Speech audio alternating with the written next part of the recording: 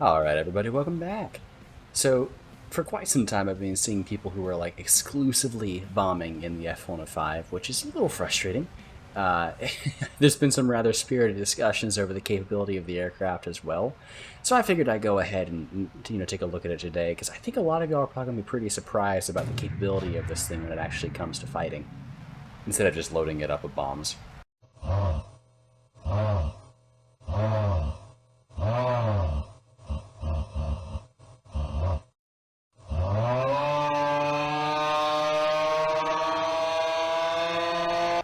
Now, to go ahead and get the obvious out of the way right off the bat, this thing does not have flares, and that's going to play into why I don't think you should be bombing in it here, and I'm going to talk a little bit later. But right off the bat, let's talk about what it has going for it as a fighter. So first of all, it has 4 AIM-9Es, which is pretty decent at 10.0.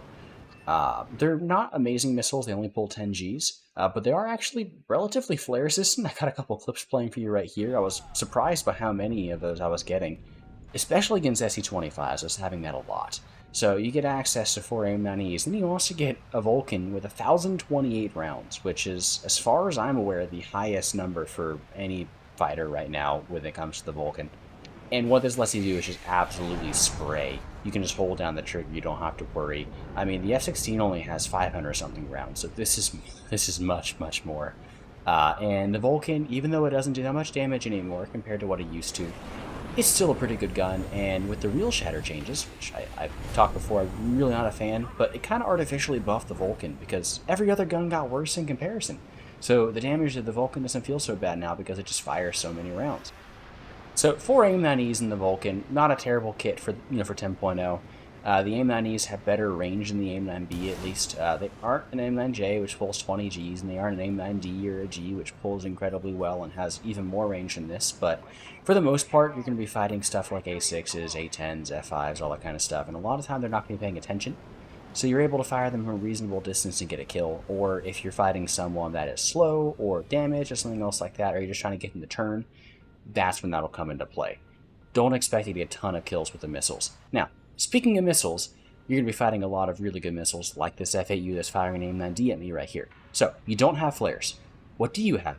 Speed. Now you see, I wait until the missile burns out, and then I'm going to start doing S-turns. You can actually hear the missile creeping up on me right now if you listen carefully. And what these S-turns do is they start bleeding the missile of speed, especially down near sea level. There's a lot of drag. You're able to do this pretty much every missile. Magics and R60s are especially vulnerable to this. And that drag change artificially gave the F-105 a way to counter all these missiles. And when combined with its pretty decent maneuverability and tons of ammo, it's in a much better spot than it used to be. Now, you still don't have flares, and so you need to be very, very aware, because if you're not, this will happen. I'm sitting here, just trying to get this MiG-21S to overshoot, minding my own business. If you look at the minimap, I'm not really looking around. I think I'm by myself, right? There's no one showing right there. Well, unfortunately, that's not the case. I eat an R60M straight to the face, and then he pops up because I'm looking around. You need to be looking around for the spotting system to work, especially on the dust maps, so keep that in mind. Because the only way that you're actually going to be defeating these R60Ms and AIM-9Ls reliably is actually going head-on, believe it or not. Now, if you've seen some of my other videos, what I actually recommend is going head-on with them and warming up an AIM-9. And then if they do launch on you, what you do is you fire it at their AIM-9, and it'll flare the missile away for you. Here's an example of my friend Jake right here. He fires the missile, I go ahead and fire my missile, and you can see that the R60M decides to go straight for my AIM-9, and then I'm able to go ahead and go for a gunshot if I want to. This is the big reason that you need to keep an eye on your surroundings. Going head-on and firing the missile is much more reliable than trying to bleed the missile of speed, because if it doesn't burn out, then there's nothing you really can do. Now, for the elephant in the room, when it comes to bombing, I actually did some research because I don't just want to talk out of my booty, and I went ahead and I played 6 games of fighter mode and 6 games of bombing and then going fighter mode. Now, what I found is that for fighter mode, I got 32k average silver lines per game, and for bombing, I got 35.6k average per game. However, I do want to say I had one specific game, which was an outlier, which was much better than any of the other games that I got while I was bombing, where I also got 6 kills in addition to 2 full bases. When I take that one game out, the average falls at 24.4k silver lines per game, which is almost 10k less than the one with just fighter mode. And that's in addition to the fact that I also died more often while I was bombing than playing fighters. And so I had to pay that 15k repair cost every single time. Now you might be thinking, well, maybe the RP is better. Well, unfortunately not. RP is time-based, it's not necessarily action-based like Silver Lions is. So when I ran the average, I was getting the same amount of RP. I got about 15k RP per game. Now my F-105 has a talisman on it, so if I go ahead and divide that by 2 to give, the normal RP earnings, that's about 7.5k per game. If I take that outlier out, it drops to 6.5, because I also died several times before I made it to the bombing base during these games.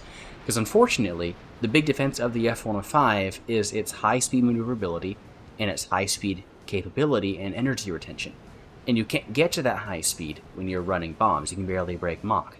It also means that you're not going to be getting to the battlefield nearly as quickly, and you lose positioning, because it takes about an extra 30 to 45 seconds to get to the battlefield when you're running bombs. It's not worth running, unfortunately. At least if you're grinding for RP, and if you want to sell, you're going to be dying more often, so it's not recommended either. The only way you can reliably perform well on this plane is by at least first spawning as a fighter. Now, if the enemy team is dead and you want to load up on bombs, great, this thing can kill 2 bombing bases in a single run, by all means. Just don't prioritize it. You're not going to be having a fun time. Now, if you are having to fight multiple maneuverable enemies like I'm doing right here with these F5s, I can keep up with a lot of stuff in the high-speed fights, but I can't do a sustained turn fight. So what you're going to want to do is just extend long enough that you can get away from them, and then turn back in. Don't run in a straight line for 5 to 10 minutes. Feel free to take head-ons, use that high-speed pull you have to get out of the way, and then feel free to go ahead and 180 for them, because you're going to be able to catch them most of the time as well, because this plane is incredibly fast. It also has a very high rip speed of about 1,500 kilometers an hour. One of the fastest things in this battle rating. I really hope this has helped some of y'all that were struggling, and for those of y'all who haven't played it, you'll know that's not just a bomber anymore, because I feel like it really does get a bad rap for no reason, honestly. It's a pretty decent fighter. The lack of layers does kind of kill it, but besides that, it's pretty fun. Now, for those of y'all who play ground RB, it's also pretty capable on ground as well. It doesn't get anything TV guided, but it does get bullpups, and then my personal favorite, which are these massive 3,000-pound bombs. They're some of the biggest bombs in the American tech tree. I think they're only behind the 4,000-pounders that the B-29 gets now. And you get 3 of them individually dropped, and you get CCIP as well. These things don't even have to be close to kill tanks. You're going to get a lot of double and triple kills with them. I use them a lot of the time if I see a group of people heading to a cab, for example, like I do right here. Now, unfortunately, 2 of these guys are going to die before I get to drop my bombs. Otherwise, I probably would have gotten a triple kill right here. But either way, these are incredibly fun to use. You just got to keep in mind that SAMs do exist. So I would recommend running the chaff pod, but it's not going to help you most of the time. Most things are going to be able to ignore it. So hope y'all enjoyed the video. If you did, please feel free to hit that subscribe button. I know I've been asking for it more recently, but I really would like to hit 5,000 subscribers before July. So if y'all would like to stick around for the ride, especially the patch coming up, then feel free. I'll see y'all next time. Peace.